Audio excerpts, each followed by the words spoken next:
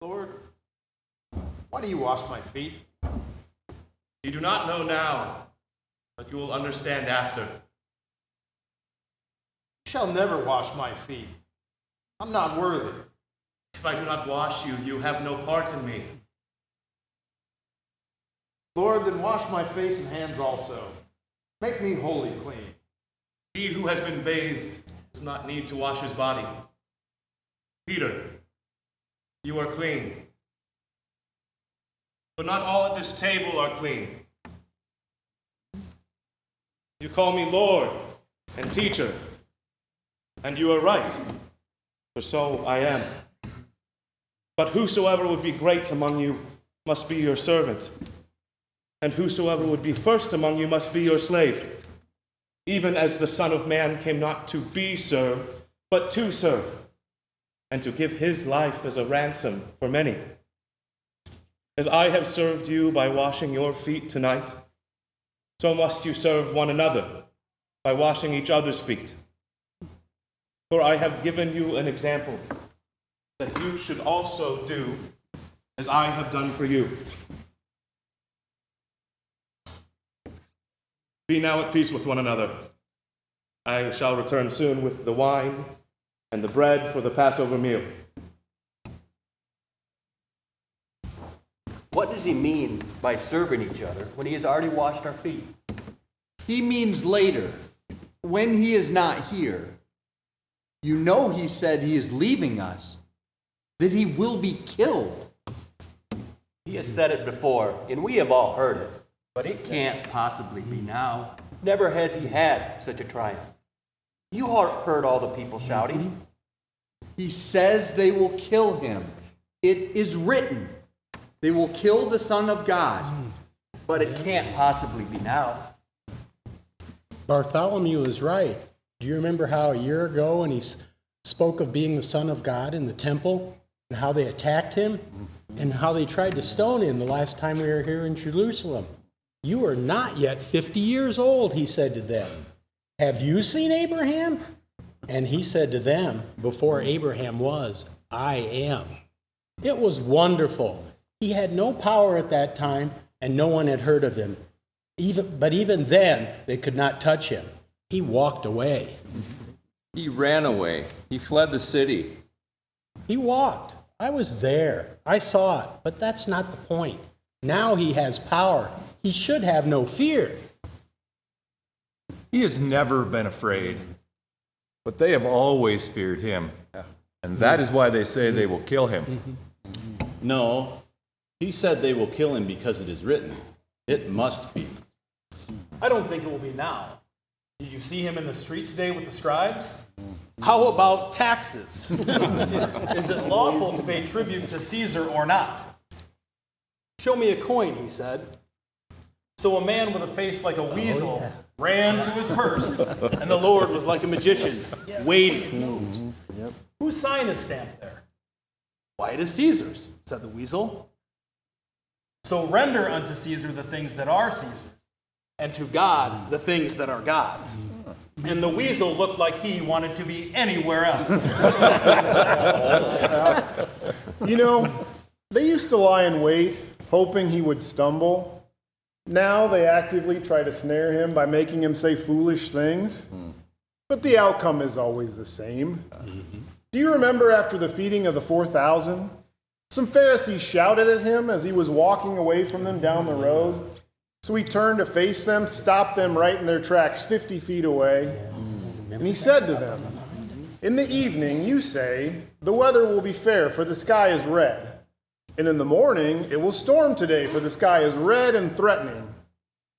You can interpret the appearance of the sky, but you cannot interpret the signs of the times. And then he walked away, and they just stood there saying nothing till finally two of them looked up at the clouds. He really has no fear. I saw it at the beginning. Not all of you were with us then. My wife's mother was ill. We thought she was dying. It was late afternoon, very hot. When you walked into the house, you yourself felt ill. My wife was terrified, and I was upset. He walked directly into the room of sickness and touched her, and she was well again. At that very moment, evening came. The day was cool. What about that dead girl in the village? The 12-year-old whose father had to walk so far to come to us? The mayor in a black robe edged with gold. Yes, edged with gold. But he believed. Come, he said. Lay your hand on her and she will live. So he went. And then there was that astonishing funeral. We heard the flutes, and we saw the dancers, and I thought, we're too late. Her hour has come. But it hadn't. He turned and faced those people and said, depart, for the girl is not dead but sleeping. And they laughed. He didn't care. He went into the room with two of us, and he held her hand. And she got up and went to the door, showing herself, shielding her eyes from the sun. After that, you could hear one sparrow singing in the tallest tree. How did the Father happen to come to us? He had heard about the Lord's works. Somehow they always heard. He told us to spread the teachings, but when he performed the healings, especially in the early days, he didn't want people to know. But somehow they always heard, and they came already believing, like this man or the centurion. Or they were afraid. Often they were afraid of the miracle. It was ridiculous. It wasn't ridiculous, Judas. I've been afraid myself. We all were afraid that night on the water. Yeah. I wasn't afraid. I could see his power. It was really the first time I could see it. To feed thousands with a few loaves and fishes. Yet he walked away from possibility. Again and again, he walked away. Sometimes they sent him away. They sent him away from Nazareth because they had known him of old and they thought he was changed. They thought he was changed, but they never really knew him. They did ask us to leave, though. And it was the same after the day of the swine among the Gerasenes. I'll never forget that day. Let us go across the lake, he says. Now, I'm a fisherman, and I know there's a storm coming. But you know how he is. You can't refuse him. No. So we go. Yep. And sure enough, here comes that storm. Rain pouring down, waves pouring in, water rising over our shoes in the bottom of the boat. Even you were afraid that day, Judas. But he's yelling at us over the storm. Where is your faith? Mine was in my shoes. And it was all wet. But he calms the waters. And I think to myself, well, what else could happen? Oh, boy. And we reach the shore, and we climb that cliff, and there on top, waiting to meet us, is that madman. Terrible looking, streaked with mud. And in a second, he's thrashing his arms around and yelling, "Heal me! Heal me!" No. The problem was the Lord has already reached out to him. And his demons are kicking. So he's yelling, "Don't torment me! Stop tormenting me!" But sometimes you have to suffer to be healed. But people don't really want to suffer for any reason. He certainly didn't. I never saw a man so sorry to be saved. But none of this had any effect on the Lord. He just looked over at that herd of swine and back at the man, and the demons moved right over into that swine. At which point the swine go crazy and stampede full speed over the edge of the cliff. and those herdsmen, they open their mouths, but they don't know what to say, so no sound comes out. So they start running for town. I can see them yet, way far away, running hard and then falling down and getting back up again and running to save their souls. He saved the rich man's soul, but what did he get for it? The people came out and sent us away. They once sent us away from Jerusalem, but we have returned. We should have come back before. No, now is the right time. You saw the crowds praising him as he rode into the city. They love him now. They don't all love him. They weren't all out in the streets. Remember what he told us. He who is not with me is against me. He who does not gather with me scatters. No, Thomas, he said, he who is not against us is for us. I remember, because he said it to me. I remembered otherwise. He has said it both ways. But in what he does, he is always the same. He teaches, he heals, he shows compassion. Not always. When Lazarus was dying, he waited. He refused to go. He had a reason. Lazarus was his friend, the brother of Mary and Martha. Yet he waited. It was not his idea. He had to wait. It was written. And when Mary and Martha showed him the tomb, he wept. It doesn't matter. He saved Lazarus. Lazarus walks among us. He has just given us this fine meal. It is the same as before, and Lazarus is very grateful. He's been telling everyone all about it. Yes, Matthew.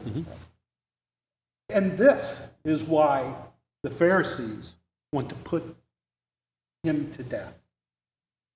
This is what it means to be a friend of the Lord.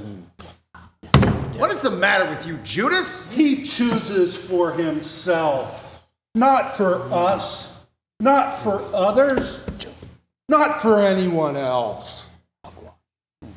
He's the Son of God. He does his Father's work. He is a public figure with great power. Yet he wastes his days. He heals women and children. And even their gratitude he keeps for himself. He does not use it. And he does not let us use it. It's that woman and her expensive ointment, isn't it? You couldn't bear to see her anoint him. No, it's not the ointment, though that was a terrible waste. When I think of the condition of the poor of Jerusalem, I heard what he said to you. She has done a beautiful thing, he said. For the poor you will always have with you, but you will not always have me. I was very moved. Don't you see? He thinks he will be killed very soon. It's as if he's come here to be killed. It's the opposite. Here in Jerusalem, he is safe. And when he's with us, no one knows it, and he is safe. And when he's with us, he's safe again. He thinks he will be killed very soon. And I tell you, he is safe. They don't know where he is. they know.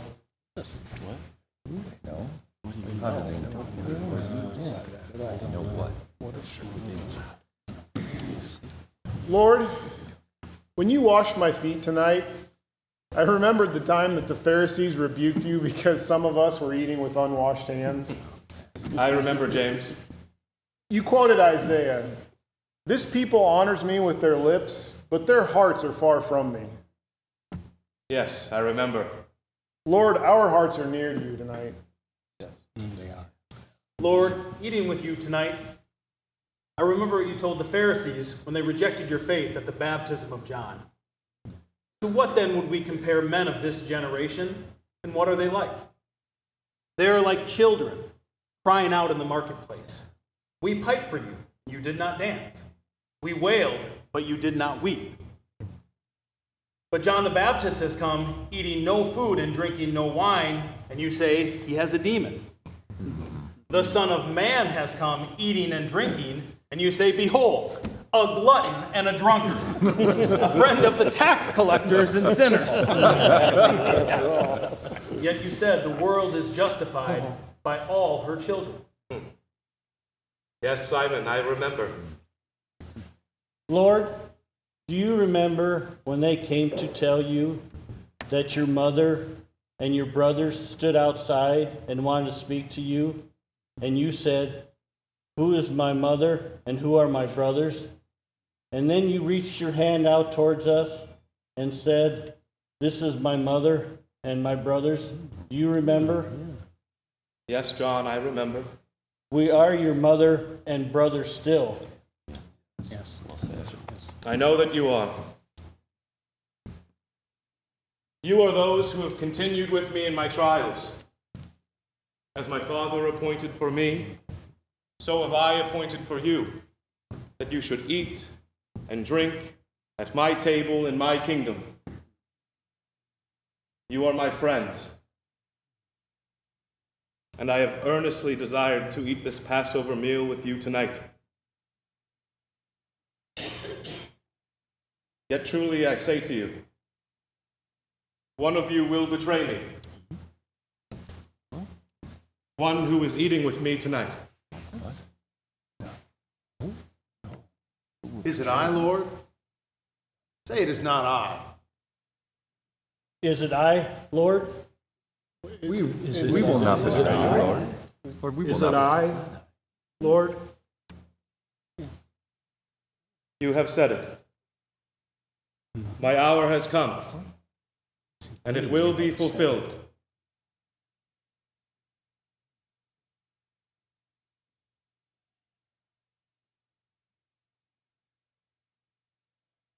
Father,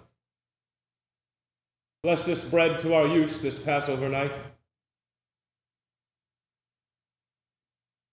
My friends, in giving you this food tonight, I give you a part of myself, that you may truly have a share in all that I am. This is my body. Take it in remembrance of me.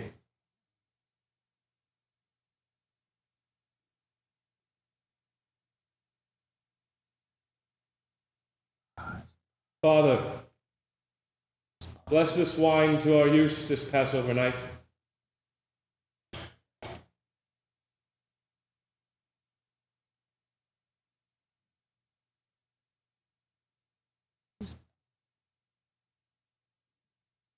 Drink of it, all of you.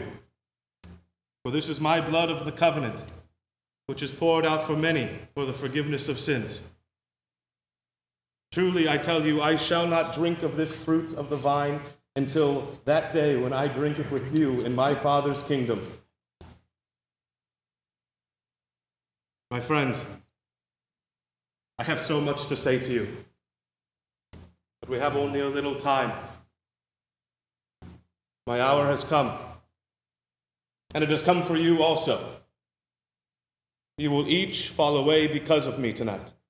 For it is written, I will strike the shepherd, and the sheep of the flock will be scattered.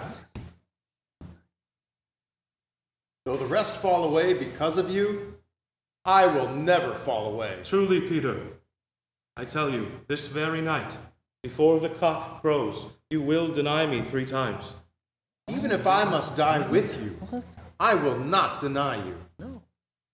Lord, we will never deny you. Lord, never. No, we will not deny you. With you. My hour has come. A little while, and you will see me no more. Again, a little while, and you will see me in a new way. But for now, we must say goodbye. As my Father has loved me, so have I loved you. I have called you friends. For all that my Father has made known to me, I have passed on to you. The hour is coming. Indeed, it has come, when you will each be scattered, each to your own home, and you will leave me alone. But I am not alone, for the Father is with me. I have said this to you, that in me you may have peace. In this world you have tribulation, but be of good cheer. I have overcome the world. You did not choose me, but I chose you, and I appointed you that you should bear fruit, and that your fruit should abide. It shall abide if you follow my commandments. And I command you now, love one another as I have loved you. If you love one another and you love my Father, you will truly be my disciples. You will know the truth. And the truth will set you free.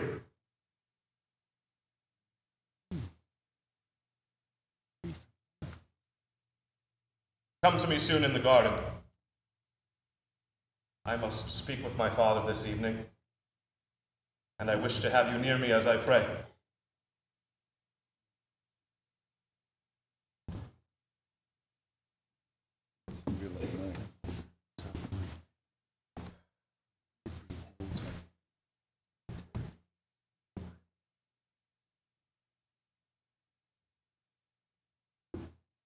Judas, what you're going to do quickly.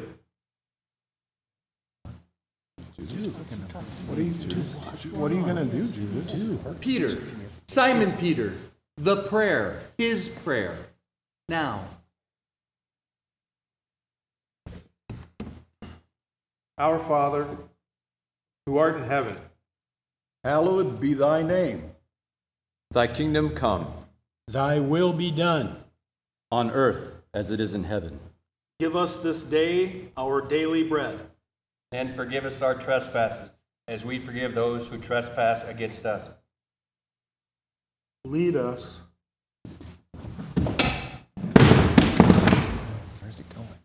Where's it going? Lead us not in temptation, But deliver us from evil. For thine is the kingdom and the power and the glory forever. amen.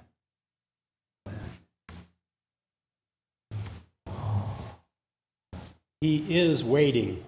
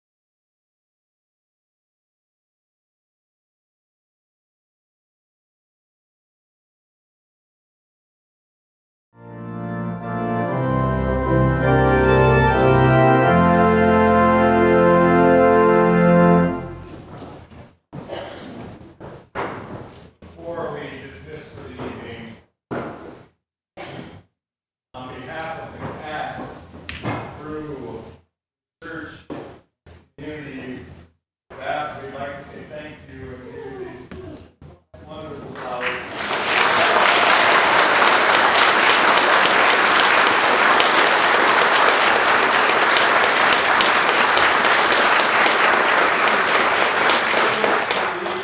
Your guidance, your constant reminding us to talk louder.